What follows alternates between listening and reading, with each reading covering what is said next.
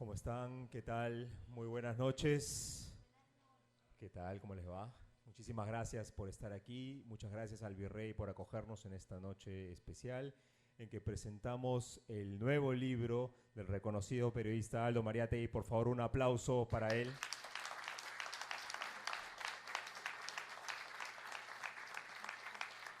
Aldo, muchísimas gracias por confiarnos esta nueva obra. Estamos seguros que va a servir para alimentar el debate público.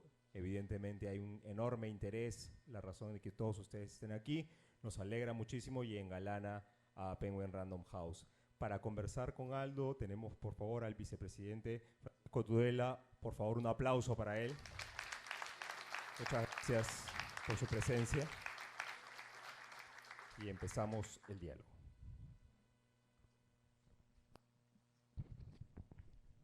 Bueno, muy buenas noches a todos y muchas gracias por venir. Yo le decía a Aldo que no me había puesto, yo tengo un reloj soviético, un Vostok Amphibia, y entonces, claro, para estar en ambiente he debido ponérmelo, pero no me lo puse.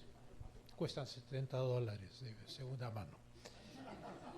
Bueno, lo que ha hecho Aldo es enormemente importante porque muestra la penetración, no solo en el Perú, en América Latina en general, y de larga data, porque lo que revela Mitrokin son décadas de espionaje. Gran parte de los nombres que él da son de personas que ya estaban muertas. Él era archivista de la KGB y él tiene un tropiezo en su carrera, comete un error como miembro de la KGB y es castigado y mandado al archivo. Eso lo hace cuestionarse su vocación, su sentido de la vida, y entonces decide empezar a copiar meticulosamente todos los registros de los agentes internacionales de la KGB. Digo la KGB y no el KGB, porque curiosamente en todos los textos en español nosotros feminizamos a la KGB y sin embargo la KGB es el Comité para la Seguridad del Estado, o sea, es muy masculino. En francés se dice le KGB, el KGB, ¿no? Entonces, claro, pero la KGB es el término que vamos a utilizar, ¿no? Y es fundado este Comité para la Seguridad del Estado en 1954. Hay una evolución de la checa, la NKVD, hasta finalmente terminar en la KGB, que ya es la fórmula definitiva, hasta la caída de la Unión Soviética en 1991. Mitrokin, Vasily Mitrokin, archivista, cuando cae la Unión Soviética, piensa inmediatamente qué va a hacer con todos estos textos que él ha copiado, parte a mano, parte a máquina. Son 25.000 documentos en total que él ha ido enterrando debajo del piso de su dacha. Y entonces ha ido escondiendo todos estos documentos. Finalmente, en los primeros días de 1992, la Unión Soviética cae en diciembre de 91, digamos 2 o 3 meses después, disfrazado más que de vendedor callejero, yo diría de mendigo, sin ducharse, un poco aromático, para que los guardias de la KGB en la frontera lo dejen pasar y se deshagan de él, arrastrando un maletín con ruedas donde probablemente al fondo habían muestras de estos documentos, habían efectivamente muestras de estos documentos, y lo que había encima era ropa sin lavar desde hacía un mes, un salchichón, en fin, todas aquellas cosas que iban a desanimar a los guardias fronterizos al ver a este vago, ¿no? Y entonces este vago se presenta primero en la Embajada Norteamericana en Letonia, en Riga. dice quién es, identifica, dice soy Vasily Mitrokhin, he tenido mi cargo este archivo durante tantos años, y lo votan los americanos. Los americanos están exultantes, han ganado la Guerra Fría, no les interesa ni siquiera ver los papeles, simplemente lo mandan a paseo diciendo este es otro farsante que quiere conseguir asilo e irse a vivir a los Estados Unidos. Pero Mitrokhin entra en una encrucijada, no puede volver. Ya ha salido, ya se ha derrumbado el Estado soviético, pero no puede regresar a Moscú. Y entonces se va a Lituania, a Vilna. Y el 24 de marzo de 1992 se presenta y toca el timbre de la Embajada Británica. Como un nombre además falso, no se presenta como Mitrokhin, sino como Yurasov. Y es recibido por una segunda secretaria. O sea, una chica. Y esta chica lo escucha. Mitrokhin ya revela un poco qué es lo que trae, quién es, etc. Y claro, el entrenamiento diplomático y de inteligencia británico es diferente al americano. Digamos, el personal, hasta esa época por lo menos, era básicamente reclutado en Oxford y en Cambridge. Tenían que tener ciertas pruebas de patriotismo y por lo tanto se prefería a gente de la gentry. Y luego pasaban por un entrenamiento en el cual parte del entrenamiento en inteligencia era leer. Una cosa que poca gente sabe es que MI6 dedicaba el 80% de su presupuesto a lectores, no a James Bond, sino a lectores, ni a Q fabricando estos gadgets, estos relojes con rayos láser, no. Leían todo, porque la tesis de ellos es que todo estaba escrito en alguna parte, que no habían en realidad secretos, que era cuestión de encontrarlo. Estaba publicado en algún sitio, en un periódico de tercera de provincias, en algún lugar recóndito, pero estaba. Con ese entrenamiento, la chica escucha a Mitrokhin y le dice la gran frase británica. Do you want a cup of tea? ¿Quiere una taza de té? Claro, tenía que ganar tiempo. Entonces le traen la taza de té, mientras se toma su taza de té, ella lee estos documentos. Está entrenada para leer y se da cuenta de que es valioso. Comunica esto a sus jefes. Es tan delicado el asunto que la mandan a Berlín para que a través de un cifrado especial de la embajada británica en Berlín pueda comunicarse con Londres. Mandan a 2 agentes para extraer a Mitrokhin y empezar lo que se llama el debriefing, que puede durar días, semanas y hasta meses, que es interrogar y sacarle al defector. Los soviéticos llamaban a los defectores tránsfugas, que es una palabra que le encanta a los peruanos. Entonces, al defector se le saca la totalidad de la información que tiene y como todo servicio de inteligencia y todo interrogatorio se buscan contradicciones. El hecho es que todas estas copias escritas a mano, a máquina, etcétera, son ciertas.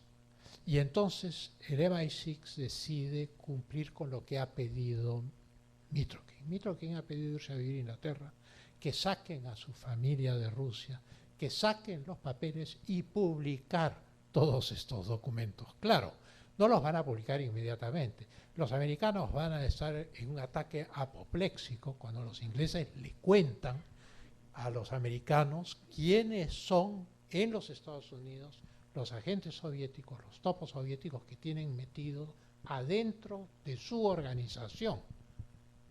O sea, si le hubieran abierto la puerta a Mitrokhin, otra hubiera sido la historia, pero se la perdieron, ¿no?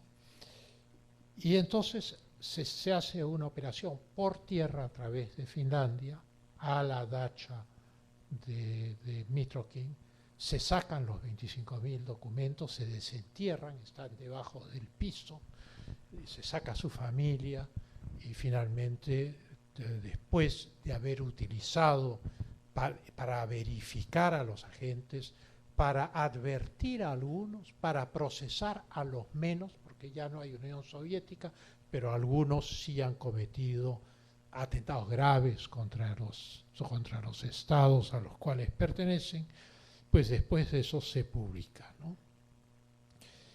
Es enormemente interesante porque el archivo Mitrokin son 25.000 páginas que abarcan de 1918 a 1984. O sea, es toda la historia de los servicios secretos soviéticos. Describen centenares de operaciones de la KGB, las redes operativas de la KGB, entre ellas la peruana. Para los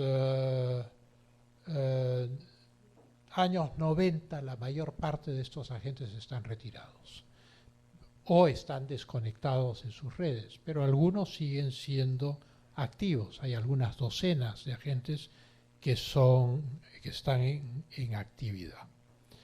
En el Reino Unido, 20 agentes son investigados, algunos advertidos, otros descartados de puestos sensibles. El caso tal vez más paradigmático es, por ejemplo, el de Blunt, que es el curador de la Pinacoteca de la Reina de Inglaterra, era un agente de la KGB, pero la reina le dice al MI6, es inofensivo, déjenlo en el cargo, y se queda de curador de la Pinacoteca de la Reina. Pero así es la vida, ¿no? Y entonces, pero los que han pasado información sensible, pues naturalmente son procesados. Internacionalmente se hicieron investigaciones y expulsiones en más de 30 países debido a la información que se encuentra en estos dos libros. El primero es El Escudo y el segundo es The Shield.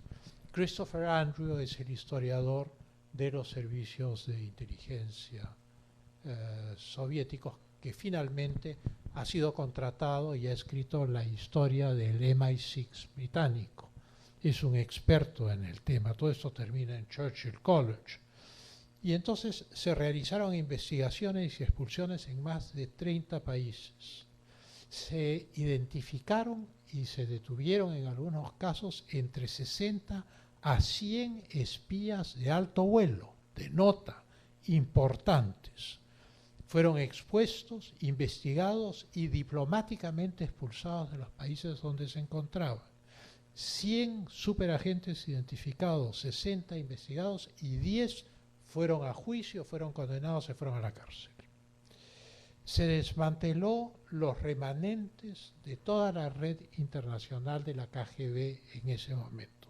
Mi hipótesis personal es que en realidad no es lo que se cree y no se desmanteló la totalidad de la red. Porque lo que hemos visto, por ejemplo, en América, cuando uno ve Russia Today en inglés, está dirigido a un público, digamos, de las nuevas derechas europeas.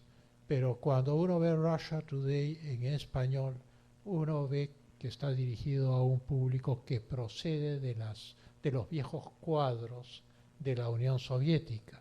Eso se llama maquiavelismo. Yo soy de derecha en Europa y soy de izquierda en América Latina y juego a dos cachetes. ¿Es esto malo? Nosotros esperamos que los estados se comporten como las personas y cumplan con los 10 mandamientos, no cometan los 7 pecados capitales, etcétera, etcétera. Pero los estados no son personas y se portan mal.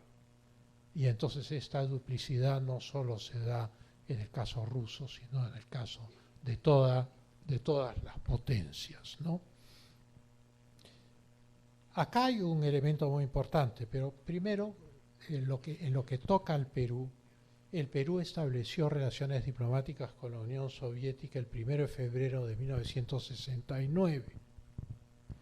Y yo recuerdo eso porque yo viajé al año siguiente, de un viaje que no era detrás de la cortina de hierro, pero ponían en el pasaporte un gran sello, como una cosa así, para marcar la posición del Perú, autorizado para viajar a la Unión Soviética, a la República Popular Checa, la República Democrática Alemana, etcétera, etcétera, etcétera.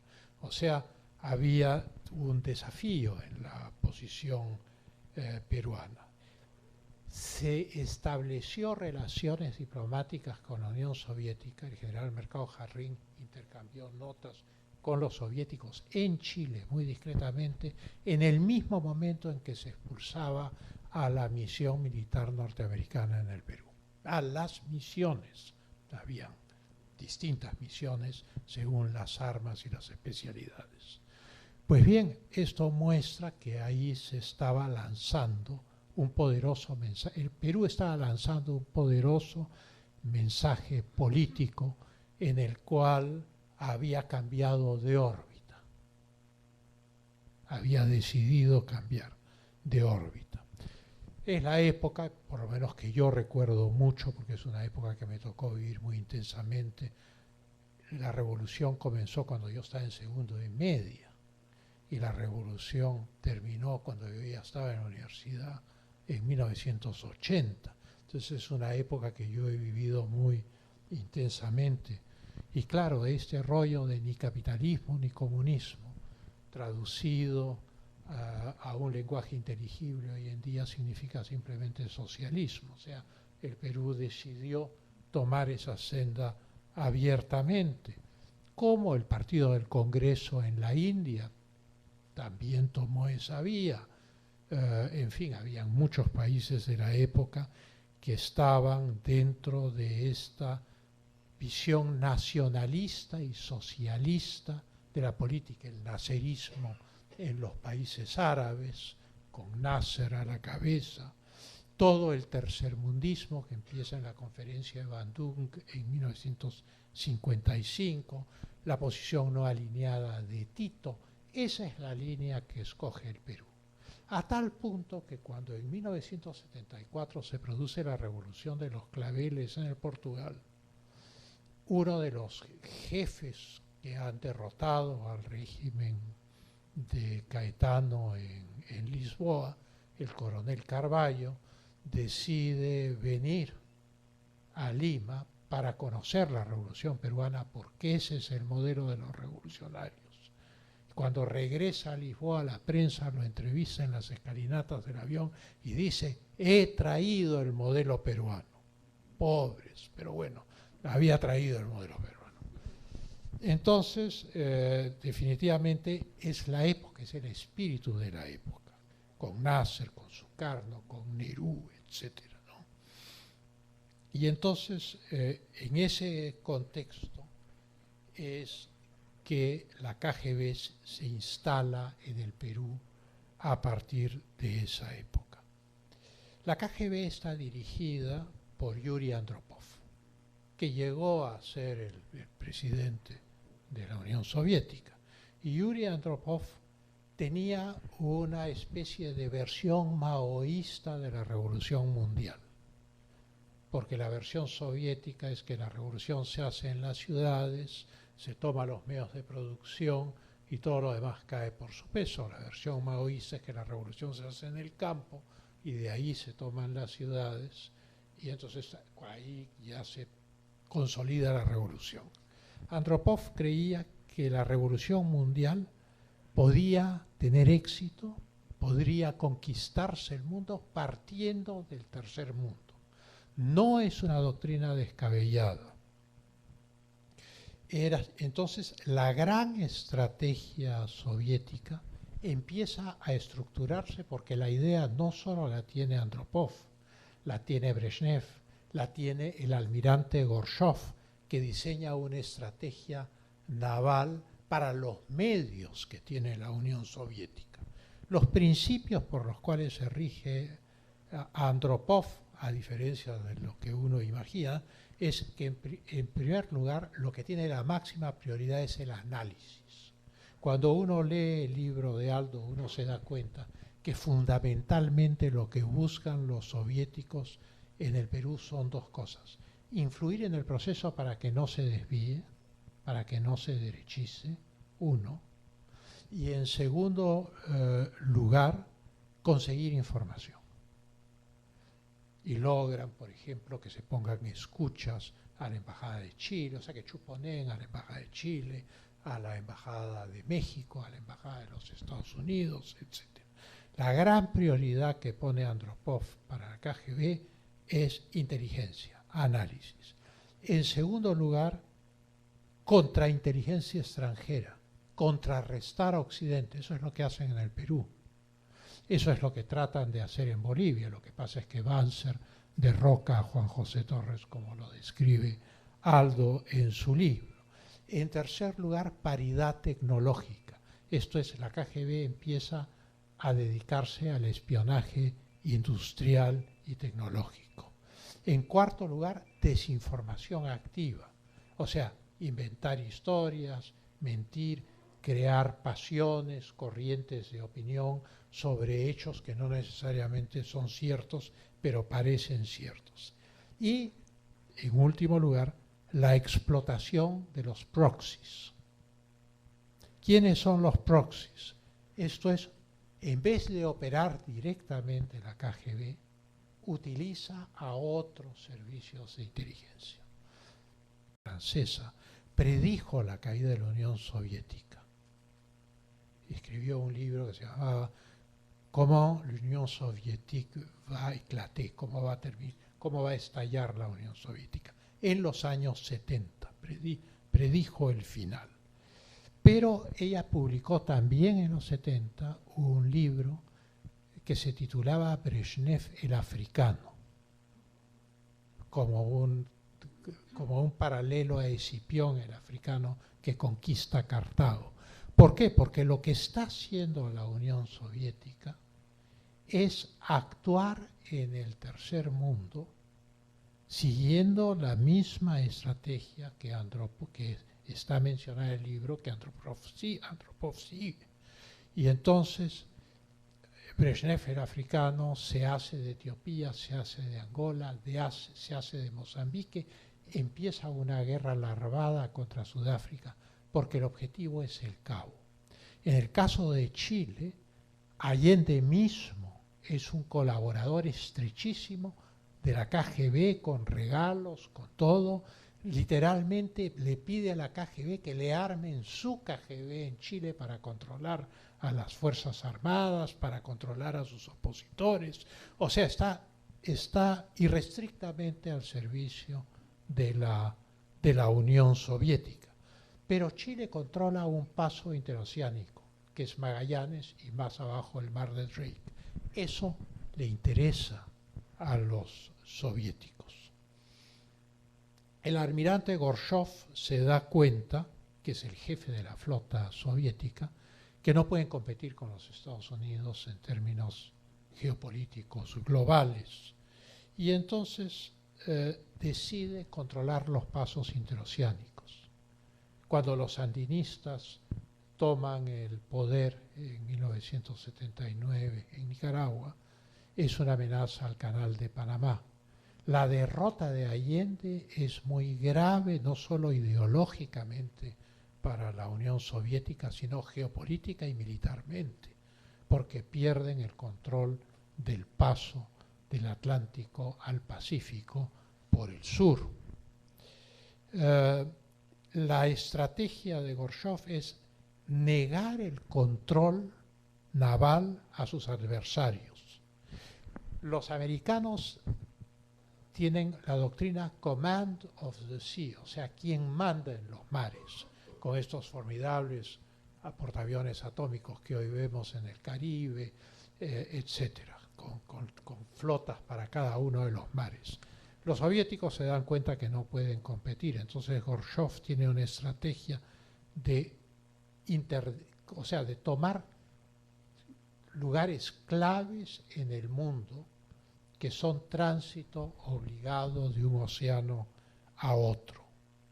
Por eso digo que es muy interesante esta estrategia, que está en Brezhnev, que está en Gorshov, que está en Andropov, Porque cuando hoy vemos cómo las potencias actúan en el mundo a través de esta gigantesca guerra comercial, y vemos la franja y ruta, y vemos cómo el África ya está mayormente alineada con la China, y vemos que hay una batalla geopolítica de las potencias en América Latina, vemos lo que sucede en Europa, la guerra de Ucrania, etcétera, nos vamos dando cuenta que la idea de un bando es aislar al otro, que es Occidente. Bueno, esa era la idea de Andropov, esa era la idea de Brezhnev. La idea planteada por Andropov, que la doctrina de la Revolución Mundial podía conquistar el mundo partiendo del tercer mundo, es exactamente lo que está sucediendo ahora. Lo que pasa es que estamos en una época no ideológica. Estamos en una época de realpolitik, de política bruta y dura. Estamos en una época en la cual lo que se negocia, por ejemplo lo que el presidente Trump en su gira asiática ha negociado, son tratados sobre minerales críticos, sobre tierras raras, sobre inversión asiática en los Estados Unidos. Corea del Sur se ha comprometido a invertir 350.000 millones de dólares en los Estados Unidos antes de ayer. O sea, es otro mundo, ya no se busca el alineamiento ideológico, filosófico, sino lo que se busca son las relaciones de poder, las cadenas de suministro, las rutas comerciales y las esferas de influencia. No es que no existieran las esferas de influencia en esta época que estamos viendo. Arthur Koestler, en El Yogi y el Comisario, un libro de ensayos, decía que el nazismo había triunfado donde el sovietismo había fracasado, el comunismo soviético había fracasado. Esto es, llenaba plazas, mientras que los soviéticos en los países donde llegaban al poder lo tenían que hacer a través del golpe de Estado y el asesinato, como en los países del este de Europa Central, o como el caso de Afganistán, ¿no? O sea, siempre son golpes de mano, no hay masas histéricas apoyándolos, ¿no? Y entonces, evidentemente, esa era la situación de la Guerra Fría. La Unión Soviética no estaba buscando el favor político de las masas, sino colocarse en los lugares claves, y el Perú era un lugar clave entonces como hoy, con 5 fronteras, ¿no? Era la época de la coexistencia pacífica. La Unión Soviética no quería confrontar directamente a los Estados Unidos y a la OTAN. Es la época en que se firman los acuerdos de Helsinki. Los soviéticos dicen que van a respetar los derechos humanos. Eso fue su perdición, pero ese es otro tema. La mayor parte de las personas que están en este libro descritas, algunas todavía no identificadas, son lo que se llama contactos confidenciales. La importancia de estos contactos confidenciales es variable. Hay algunos que son importantísimos y decisivos. Y quien viene a Lima a montar esto, y también voy a hacer una pequeña descripción de él, no quiero hablar más porque le voy a quitar tiempo a Aldo, es Nikolai Leonov. Nikolai Leonov es un hombre muy interesante. Es un hombre dedicado a América Latina. Él está en el 2º departamento para Latinoamérica del directorio principal de la KGB, esto es inteligencia extranjera. Es amigo de Castro desde los años 50. Cuando muere el año 2022, Díaz-Canel, el actual presidente de Cuba, murió hace 3 años, ha muerto Nikolai Leonov, dijo: ha muerto un amigo entrañable de Cuba. Porque claro, Leonov arma los servicios secretos cubanos. Lo que hoy es el G2, pues es con la contribución de Leonov, que es descrito por quienes lo han conocido como un hombre muy cruel, pero al mismo tiempo encantador. O sea, la gente que sonríe y clava la daga. Es vicedirector de América Latina y de análisis e información. O sea, volviendo al tema de las prioridades de Andropov, la primera prioridad, inteligencia y análisis. Eso es lo que hace Leonov. viene a Lima, la CIA lo hostiga, lo vuelve paranoico, pero a final de cuentas regresa encantado a Moscú. Ha hecho un descubrimiento. El Perú es realmente un campo fértil para su acción. Leonov tenía un doctorado en Historia de América Latina de la Academia de Ciencias de la Unión Soviética y es quien escribe la primera biografía de Raúl Castro. ¿Por qué? ¿Por qué no de Fidel? Y es porque Raúl Castro es un agente soviético de la KGB cuando Fidel todavía no era comunista. Era el precursor. Esto está en un libro de Eusebio Díaz Mujal, que fue el decano de la Facultad de Ciencias Políticas de la Universidad de Georgetown. Fue el único y último libro publicado sobre la Unión Soviética y América Latina antes de la caída de la Unión Soviética. Fue publicado en 1989. Yo lo compré en la librería de London School of Economics, donde estaba en ese momento. De ahí se desapareció la Unión Soviética y entonces ese libro, como los libros de Christopher Andrew y de Mitrokin, son los testimonios de todo este proceso, ¿no? En la época postsoviética se convierte en un nacionalista, como la mayoría de los comunistas de esa época en Rusia, y es un miembro del Instituto de Relaciones Internacionales de Moscú. O sea, es un peso pesado, no es cualquier persona. Viene al Perú con una cobertura, disfrazado de periodista de Novosti, y se entusiasma con Velasco. O sea, el régimen, la revolución de la Fuerza Armada, el gobierno revolucionario de las Fuerzas Armadas, que es su nombre oficial, causa gran entusiasmo en este agente Leonov. Es instrumental en la semi-alianza que termina siendo el Partido Comunista del Perú, o sea, el Partido Comunista Peruano, los de Moscú, de Jorge del Prado, con el gobierno de Juan Velasco Alvarado. Y eso es enormemente importante porque el gobierno militar se enfrenta a un problema sindical. La gran central sindical peruana es aprista, no es comunista, es la Central de Trabajadores del Perú. ¿Qué hacer frente a esto? Y entonces, primero el gobierno revolucionario crea la CTRP, los trabajadores de la Revolución Peruana, el Sindicato de los Trabajadores de la Revolución Peruana, que no tiene éxito, o sea, no logra adherentes. Es un órgano del gobierno, del Estado, no es atractivo a los sindicalistas. Y entonces la influencia de Leonov lo que logra es que que el gobierno peruano empiece a suministrar fondos a la CGTP para sustituir a la CTP aprista. Y entonces es así como la CGTP con esta colaboración empieza a cobrar entidad y se vuelve poderosa. También tienen influencia en el Sinamos. En el Sinamos hay exguerrilleros, además del general Leonidas Rodríguez, que es quien dirige el Sinamos, y que en un viaje a Cuba dice: somos dos revoluciones que se dan la mano. O sea, había una identidad.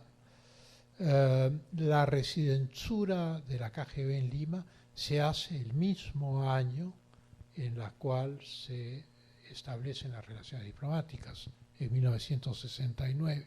Para 1975 hay 10 agentes soviéticos y 9 contactos confidenciales de importancia. Se ha identificado, por ejemplo, como agente a Efraín Ruiz Caro, hombre de confianza de Velasco Alvarado, director de Expreso y Extra, que fueron confiscados antes de la expropiación de la prensa. En Torre Tagle hay contactos, hay uno que se llama Davis, que es un contacto confidencial de la promoción de 1971, pero entrando al portal de la Academia Diplomática, uno ve que la promoción de 1971 fue amalgamada con la de 1972, y entonces ahí la lista es más larga. Todo es cuestión de ponerse a estudiar, para los que tengan afición a esto, que ya es una cosa netamente histórica, ¿no? Es sanmarquino, es marxista, hay una agente femenina importante cuyo nombre es Samuco, y hay un diplomático que está en Moscú que es un agente de inteligencia cubana, un señor Carlos Muñiz Ortega. Ahora bien, lo que revela el archivo Mitroquín en 25.000 páginas es lo de la KGB, pero no tenemos idea de la estructura paralela que inteligencia cubana tiene en las Américas. De tal manera que tampoco sabemos si algún día habrá un Mitroquín cubano, un Mitroquín caribeño, afro-latino caribeño, cumbiambero. No tenemos idea, pero podría ser que algún día nos encontremos con 50.000 folios con nombres, operaciones, etcétera. No sabemos. Y los más famosos, Mijael Vasenkov, alias Juan José Lázaro Fuentes, que es infiltrado casi como un niño en el Uruguay.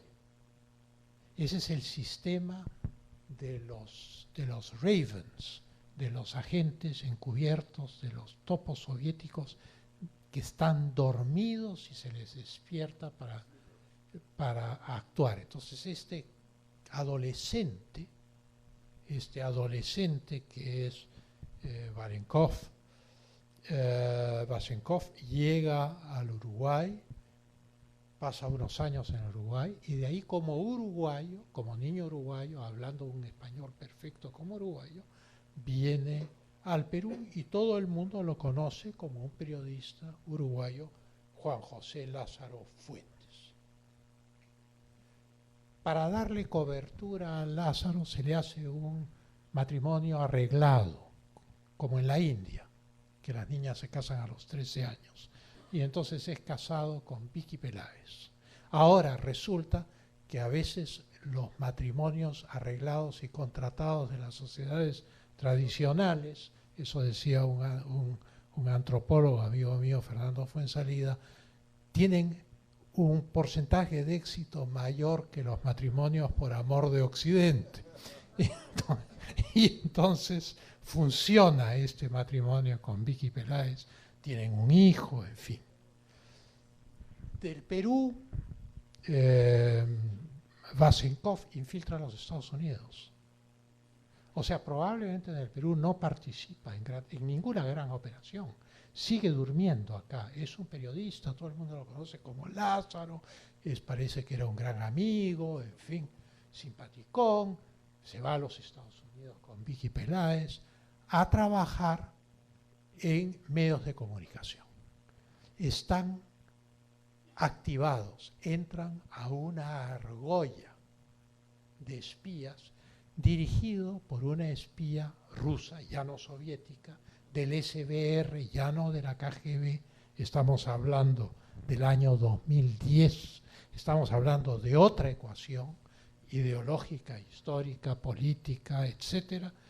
Entran a esta argolla de espías rusos en los Estados Unidos. Anna Chapman es rusa también, es infiltrada a Inglaterra, se casa con un millonario muy mayor, el señor Chapman, y en los países anglosajones las mujeres aún viudas retienen el nombre del marido. Entonces este millonario la dota de fondos de un apellido anglosajón. Con esos fondos penetra en la sociedad británica, tiene mucho éxito y de ahí migra a los Estados Unidos como una socialité. Pero en realidad Anna Chapman es la jefe de una organización de espías colocados en todos los medios de comunicación en los Estados Unidos para tomar la temperatura y el temperamento de lo que sucede en los Estados Unidos y las distintas orientaciones. ¿Qué mejor lugar que estar en la sala de redacción de un periódico para saber todo? Son capturados. El FBI en junio del 2010 les echa el guante. Son llevados a juicio. Lo que les espera son varias condenas de 50 años.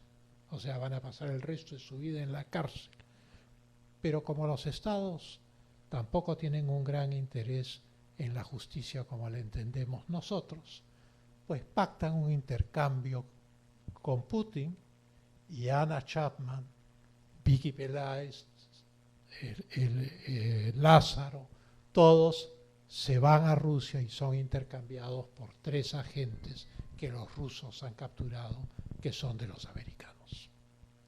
Chapman se convierte en la jefe de las juventudes del movimiento político de Putin y causa sensación porque posa desnuda con una gran pistola que debe ser una 45 plateada para Maxim, una revista tipo Playboy, este tipo de cosas. Y se convierte en una celebridad. Y hoy, si uno la busca en Wikipedia, aparece como empresaria. No sabemos de qué, empresaria. Y entonces, esto muestra la hipótesis, que creo que Aldo también tiene, que los servicios de inteligencia mutan, pero nunca desaparecen. Y lo que fue la KGB existe hoy en todos los países de América como existió en la época de Velasco, pero con otros objetivos, otras finalidades, pero que siempre son el interés nacional de Rusia o el interés nacional de la China o el interés nacional del país que tenga agentes acá o de los Estados Unidos, información, análisis, esferas de influencia. En el gobierno militar infiltran al más alto nivel el gobierno militar. El general Enrique Gallegos Venero es un contacto confidencial de más alto nivel, es recibido por Andropov en Moscú y es, digamos, una gran influencia sobre el general Velasco. Lo que a mí me sorprendió es descubrir al general Pedro Richter Prada, porque Pedro Richter Prada tenía la fama de ser un general de derechas y todo el mundo pensaba que era un general de derechas, pues era un confidente estrechísimo de la KGB y fue ministro del Interior con Velasco, o sea, el puesto clave para saber qué pasa en el Perú, y presidente del Consejo de Ministros con Morales Bermúdez de 1978 a 1980. Otro que nunca ocultó su orientación política, el general Jorge Fernández Maldonado, premier y ministro de Guerra. Él creó Petroperú, que nos debe a los peruanos 7.000 millones de dólares ahora. Y creó Minero Perú, fue senador por el PSR, que es, digamos, el partido emanado del Sinamos, de 1985 a 1990. Se establece una colaboración entre la KGB, y con esto acabo, y el Servicio de Inteligencia Nacional y el Servicio de Inteligencia del Ejército. El general Armando Artola Azcárate, que era objeto de grandes chistes en nuestra juventud, grandes chistes. Yo recuerdo uno, que es que entraba al Ministerio del Interior y todo el mundo ese día lo saludaba y le decía Ave César. Entonces no sabía él qué estaba pasando. Toma su ascensor, se va a su oficina, se encierra, saca el diccionario y ve ave, animal de 2 patas, César asesinado por Bruto. Pero bueno, el hecho es que no tenía un pelo de Bruto y era un anticomunista feroz. Y entonces la KGB hace una operación contra Artola y finalmente logran sacarlo. La KGB no confía en Morales Bermúdez. Leonov se entrevista con él. le regala una pistola, municiones, pero en su informe a Moscú Leonov dice que es sinuoso, que no es una persona de confianza, y los cubanos también. Entonces es muy interesante todo este registro de Mitrokin. Entonces esta colaboración entre el SIN y la KGB le reporta al SIN información sobre Bolivia, algunos equipos, algún dinero, poquito, inclusive para la época, y a cambio de eso chuponean las embajadas de los Estados Unidos, de México, de Chile. El apodo del SIN en ruso, el nombre del SIN en clave para la KGB es Kontora, o sea, Kontora en sus documentos significa el SIN peruano, la oficina, lo que después llamaron la fábrica. Entonces, lo que uno ve es que realmente había una sinergia, porque inclusive en la fase reformista, ya no revolucionaria, de Morales Bermúdez, continúa la colaboración con la Unión Soviética. Y no solamente en el SIN y en el CIE, sino en la policía se envían muchos oficiales de policía, más de 20, a seguir cursos en la KGB. Uno de ellos me ha contado cómo fue su curso en la KGB, y entonces se ve que Velasco formaba parte del proyecto soviético y iba en la dirección que Brezhnev, Andropov, el almirante Gorshov y el Politburó habían escogido para hacer la revolución. Ya no iban a hacer la revolución en Europa, iban a rodear a Europa y a los Estados Unidos a través del tercer mundo y a ahorcarlos. Claro, la realidad es que los rusos estaban hartos y todo esto se derrumbó en 1991. Pero básicamente esa es la estructura de este proceso, que no es un proceso de infiltración, sino un proceso de colaboración entre el gobierno militar de la Fuerza Armada y la Unión Soviética. Te he hablado demasiado, te dejo la palabra.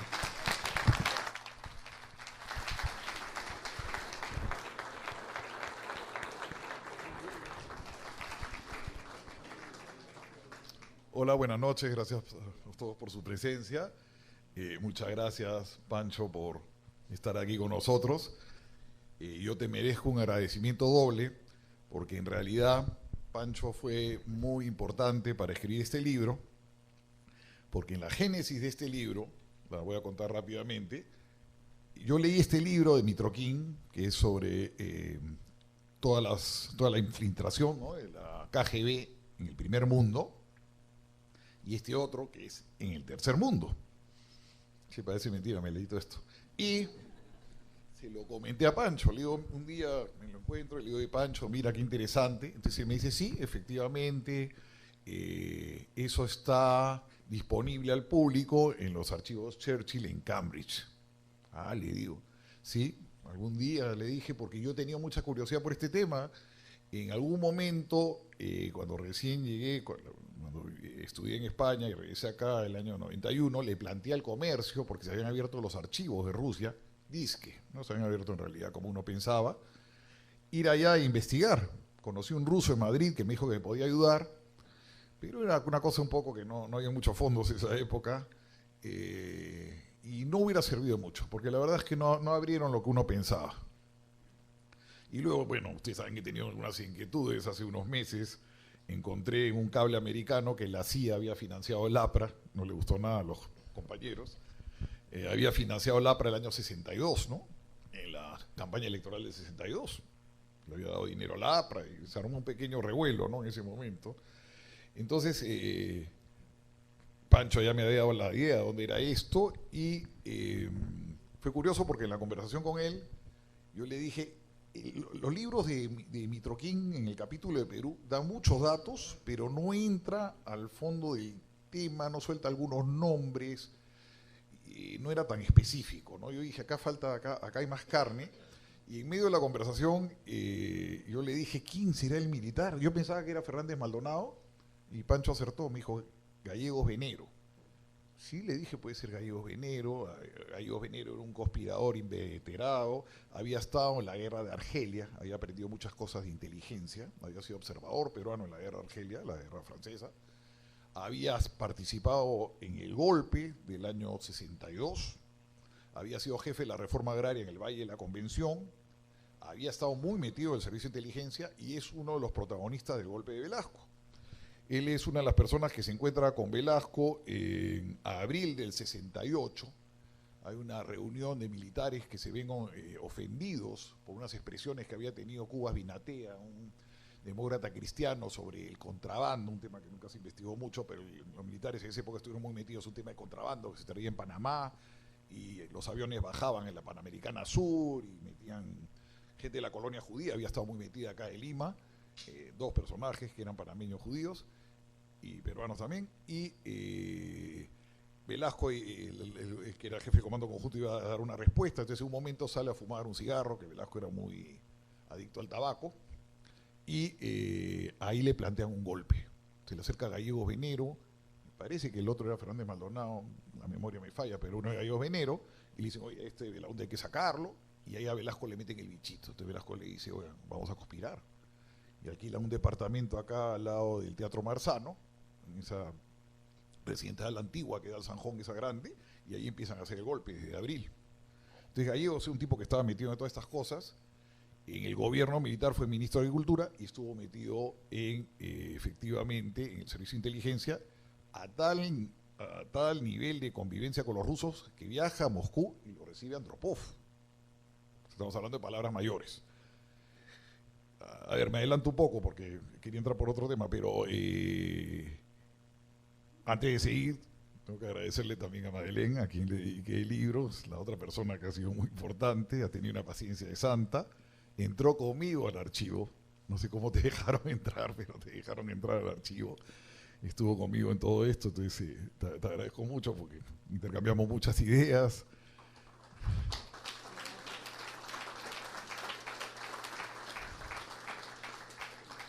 Me puso de relieve una vez más porque entró segunda a la Católica y le dieron una beca Fulbright, porque me dio muy buenas ideas siempre.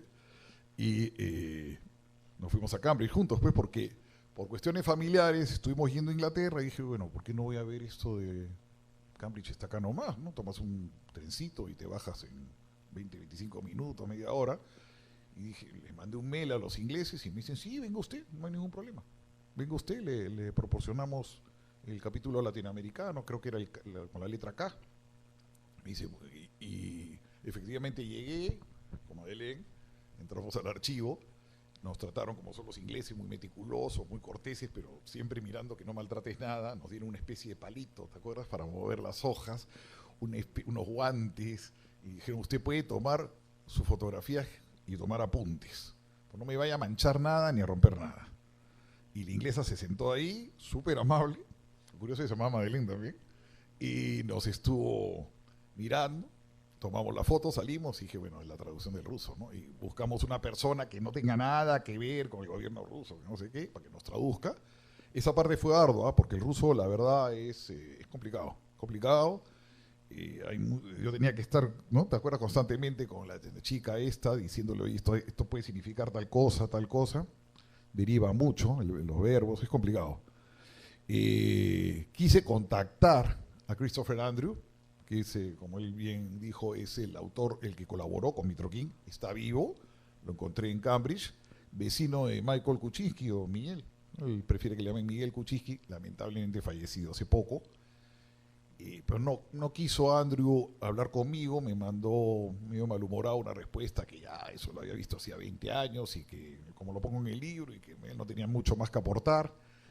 Michael me trató de hacer el bajo para que me reciba, pero no, el hombre no cedió, está bastante mayor y me dijo Michael que era un poquito cascarrabias y que no está muy bien de salud, entonces lo dejé, ¿no? Vamos a seguir con el tema, o sea, esta obra fue, claro, considerada por los rusos, la negaron siempre, dijeron que Mitrokin esto era un invento del MI6, que el MI6 había creado esto todo esto era mentira. Bueno, el MI6 que va a saber quién es Gallegos Venero, y o sea, quién va a inventar algo tan monumental, tan complicado de todo el mundo. Entonces, como bien dijo él, otro nombre que también estuve yo buscando, que sale en el libro, porque ya podemos hacer un poquito de spoiler, es Efraín Ruiz Caro. Yo pensé en ese momento que era Zimmerman, porque sale ahí en el libro dice el señor Christopher Mitrokin, había un periodista peruano que recibió $5.000, que era mucha plata en esa época, y que manejaba 2 diarios, Expreso y Extra, eso lo manejaron, es cierto, pues lo tomaron el Partido Comunista, Velasco le da Expreso y Extra. Pero yo hasta el final pensé que era Zimmerman y era Efraín Ruiz Caro, ¿no? Este periodista cusqueño, que sale su nombre. Porque no siempre salen los nombres, pero acá está escrito por Mitrokin, Efraín Ruiz Caro, ¿no? O sea, ya no hay nada que ver, y esto, y calza. Entonces ese fue un descubrimiento interesante, pues, de como nunca pude decirlo bien, Comitet Gosudarnestosnay Besopanosti, que eso es el KGB. Yo nunca pude decirlo de corrido cuando conversaba con la chica esta. Son unos folios, está escrito a máquina, en cirílico. Ahí aprendí que Perú se dice NEPI, ¿no? Las letras de ellos. Ellos estuvieron en toda Latinoamérica presentes, empezaron en Colombia y Uruguay. ¿Ellos cómo entraban? Con las embajadas. O sea, si no tenías relaciones con los rusos, no iba a haber residentura, como le llamaban ellos, a la agencia, la KGB dentro de las embajadas.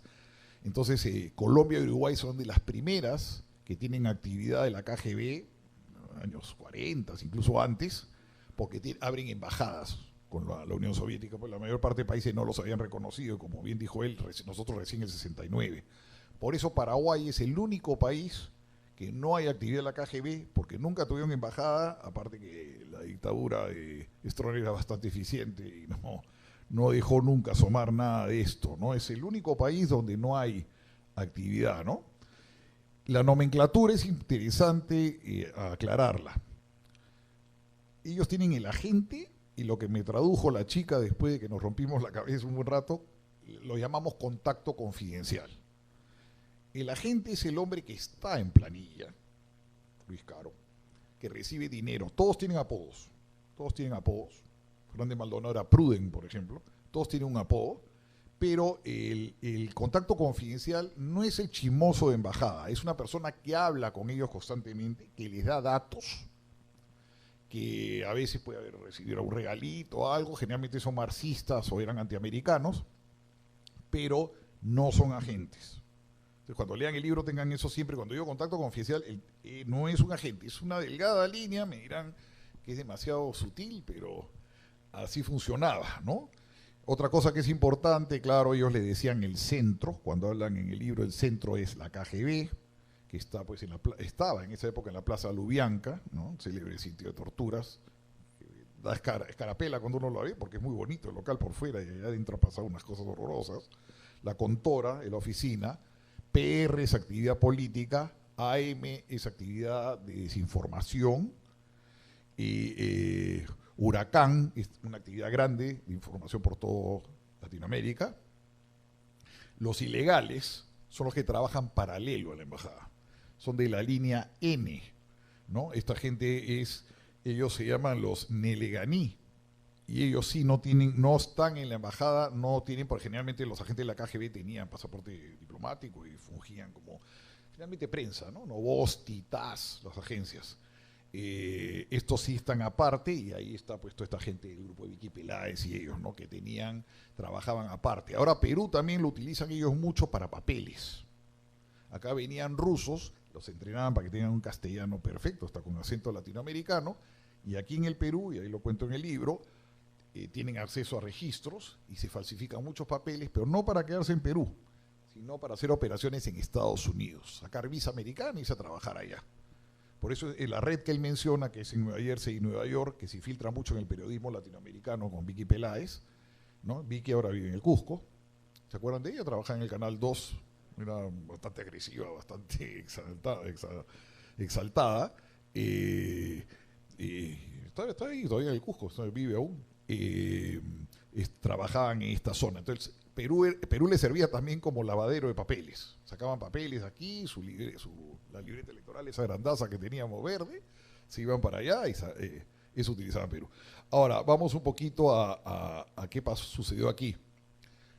Perú era un país muy pro-norteamericano, muy pro-norteamericano. O sea, el retail lo manejaba Sears, la línea aérea Braniff era muy importante, los bancos, Chase Manhattan era dueño del Banco Continental, había mucha banca americana acá, seguros, la Casa Grace muy metida en agroquímica, teníamos una presencia americana, la inversión americana era muy alta, era un país uno de los países que tenía más capital americano más cercano a Estados Unidos.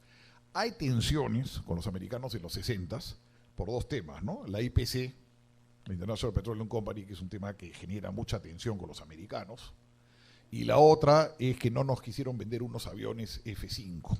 Quisimos comprar aviones, los americanos no quisieron vender los aviones, hubo tensiones por eso, ahí compramos los Mirage y el ejército peruano queda muy resentido. El tema nacionalista, nacerista, que ya había en un sector del ejército peruano, y luego el tema de los aviones, les molestó mucho. Viene este golpe inédito de Velasco, porque como bien me contaba mi padre, todo el mundo pensó que iba a ser pues otro día, ¿no? Uno de estos golpes de derecha, un militar de derecha que ponía un poco de orden, porque ya está, y nunca nadie pensó que se venía lo que se venía. Viene este golpe de Velasco, y como dice él, Leonov le echa el ojo, le gusta la retórica tremendamente antiamericana de Velasco, la expulsión de de todas las misiones americanas, militares, navales que había acá. Velasco tenía una muy mala relación con el embajador americano. Ella Tuesta cuenta que una vez tiene una discusión y le grita: a mí no me gustan los ojos azules. Tenía una cosa muy fuerte contra el tema con los americanos, no lo sé, de repente como Piurano tenía algo con la IPC en la cabeza, pero le tenía un tema a los americanos muy marcado. Entonces viene este régimen que para los rusos, yo conversé con algunas personas en Inglaterra que me orientaron un poquito de este tema, para los rusos era el régimen perfecto, no les costaba plata, le compraban armas, hay una inusual colaboración con el servicio de inteligencia local, porque no hay en ningún otro país de Latinoamérica el servicio de inteligencia colabore así con ellos. Que quiero agregar que, Pancho, lo que pasa es que no llegó a profundizarse más, porque los rusos quedan muy molestos, porque ahí salió la criollada. Mandaron un grupo de oficiales del servicio de inteligencia a entrenarse a Rusia, y se dedicaron a la jarana. Entonces ahí en el libro van a encontrar un cable donde dicen: estos peruanos han venido acá a buscar mujeres y esto, y no van a las clases, y hay una queja. Entonces ahí hubo un poco de distancia de los rusos porque vieron que había poco profesionalismo. No dieron malos equipos, dieron buenos equipos de maquinitas y ese tipo de cosas. Trataron de entrenarnos, le regalan al SIN las claves de todas las claves secretas bolivianas. No le dan las chilenas, pero le dan todas las claves, infiltran Bolivia y van y le dicen a Gallegos Venero: toma, acá están, tú puedes saber a qué horas duerme, todo lo que hacen en Bolivia, acá están todas las claves. Hacen acciones conjuntas con Chile. Me encantaría un día que el Servicio de Inteligencia, la DINI, como se llama ahora, nos abriese sus archivos, porque hablan de operaciones comunes con Perú contra Chile ya en la época de Pinochet. Entonces aquí hubo pues una relación muy estrecha, ¿no? Desde que compraron la casa esta del señor Nicolini en la avenida Salaverry, esa mansión, y se ubican ahí, ¿no? El SIN fue fundado el 31 de enero del año 60, Marcial Romero, el general Marcial Romero y el general Bocio Collas, que fue muy importante en el ejército de esa época porque era bastante ideologizado hacia la izquierda, y el primer jefe del SIN es Julio Doik, ¿no? Entonces, les gusta este régimen, a pesar de que tenía ciertas veleidades con Yugoslavia, y los rusos no se querían mucho con Yugoslavia, pero porque Velasco jugaba a la propiedad social, trae a bastantes yugoslavos de asesores, pero en general era un régimen que le gustaba porque no les costaba.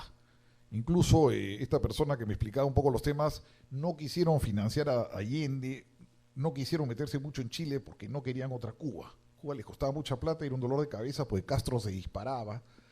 Y había una tensión, no era tan monolítico el tema.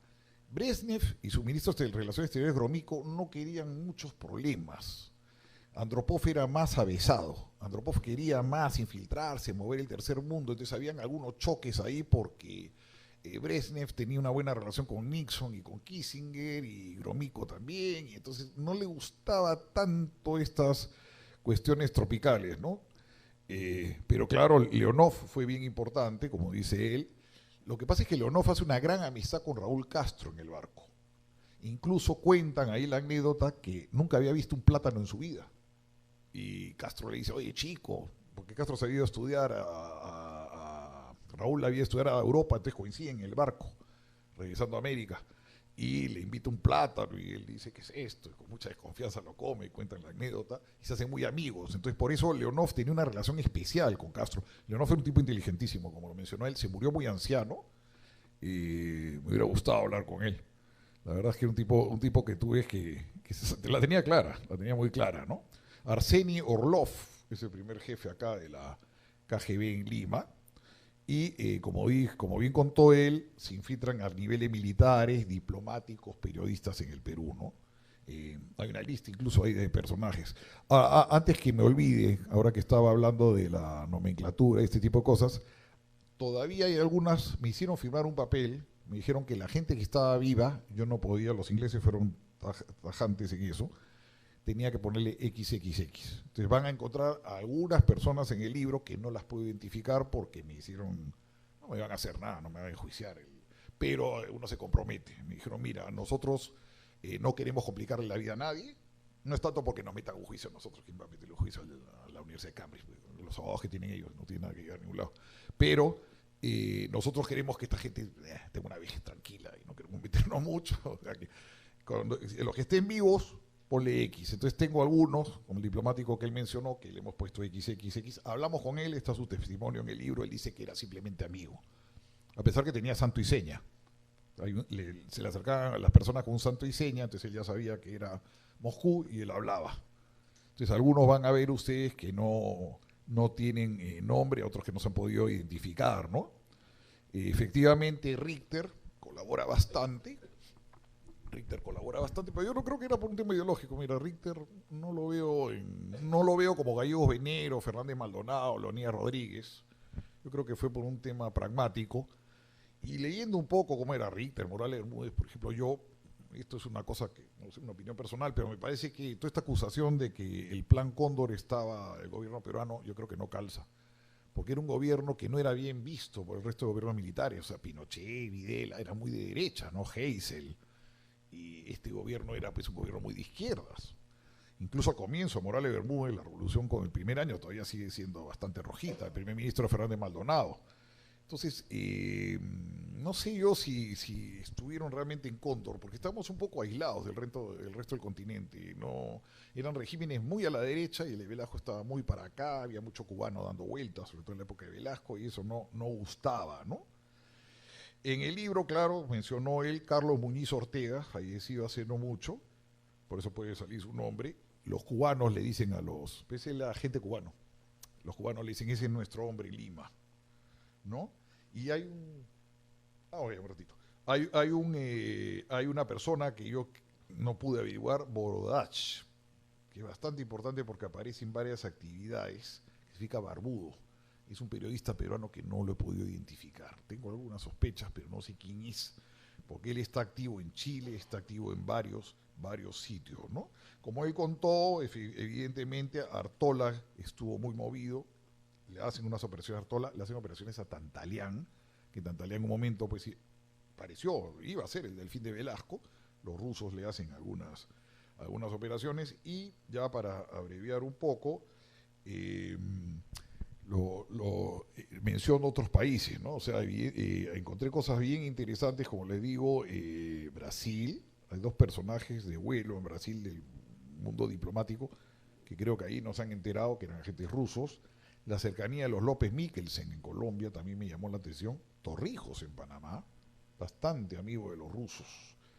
Y todo ese tipo de cosas pues van a encontrar en el libro. Entonces, para no aburrirlos más, aquí corto. Gracias.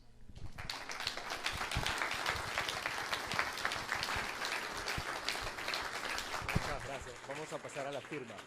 ¿Sí? Bueno, muchísimas